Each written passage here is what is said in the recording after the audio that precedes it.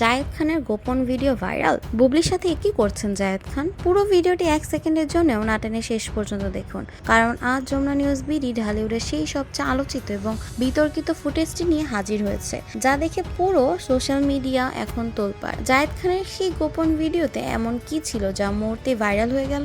আর সেই ভিডিওতে শবনম বুবলির সাথে জায়েদ খানকে ওভাবে দেখে কেন আকাশ থেকে পড়লেন শাকিব খান? আজ আমরা উন্মোচন করব সেই ভাইরাল ভিডিও নেপথ্যে থাকা আসল এবং চাঞ্চল্যকর সত্য। শুরুতেই সেই রুদ্ধশ্বাস ভিডিওর বর্ণনা দিচ্ছি, যা এফডিসি পাড়ার বাতাস গরম করে তুলছে। আমাদের বিশেষ অনুসন্ধানী টিমের হাতে আসা সেই ফুটেজে দেখা যাচ্ছে এক নিভৃত স্থানে জায়েদ খান এবং বুবলি অত্যন্ত ঘনিষ্ঠভাবে কোনো এক বিষয় নিয়ে আলোচনা করছেন। ভিডিওর এক পর্যায়ে জায়েদ খানকে বুবলির দিকে এক রহস্যময় হাসি দিতে দেখা যায়। সে হাসিতে কি তবে নতুন কোনো প্রেমের ইঙ্গিত, নাকি শাকিব খানকে টেক্কা দেওয়ার কোনো গোপন ষড়যন্ত্র? বুবলির সেই উচ্ছলতা কি তবে প্রমাণ করে যে শাকিবের শূন্যস্থান এখন জায়েদ খানই পূরণ করছেন?